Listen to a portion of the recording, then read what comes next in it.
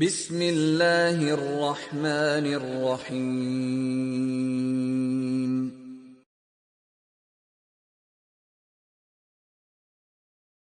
আসসালামু আলাইকুম সম্মানিত ভিউয়ার্স, ওয়েলকাম ব্যাক। নতুন আরও একটি ভিডিওতে আপনাকে স্বাগতম।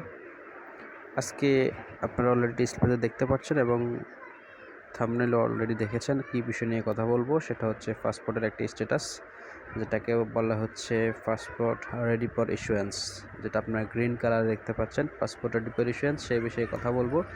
আসলে পাসপোর্ট রেডি ফর ইস্যুয়েন্স কী, এটার বিস্তারিত নিয়ে আজকে আপনাদের জানানোর চেষ্টা করবো। এবং তার পূর্বে বলে রাখি, যদি আপনার পাসপোর্টের status passport ready for issuance হয়, তাহলে আপনার জন্য অবশ্যই এটা সুখবর এবং অতি সুখবর, যেটাকে বলে আর কি। আসলে আপনি যখন পাসপোর্টটি জমা দিয়ে আসেন, ফিঙ্গারপ্রিন্ট ছবি দিয়ে আসেন, তখন থেকে আপনার প্রতিদিন বা দুই একদিন পর পর অনেকগুলো স্ট্যাটাস বিদ্যমান পাসপোর্টে। যদি আপনি অনলাইনে চেক করে থাকেন, আপনি বুঝবেন স্ট্যাটাসগুলো।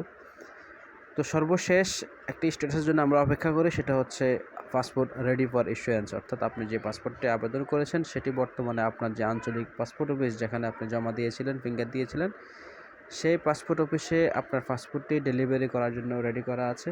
সেটাই হচ্ছে পাসপোর্ট রেডি ফর ইস্যুয়েন্স। অর্থাৎ আপনার এই স্ট্যাটাস দেখার পরে আপনি যদি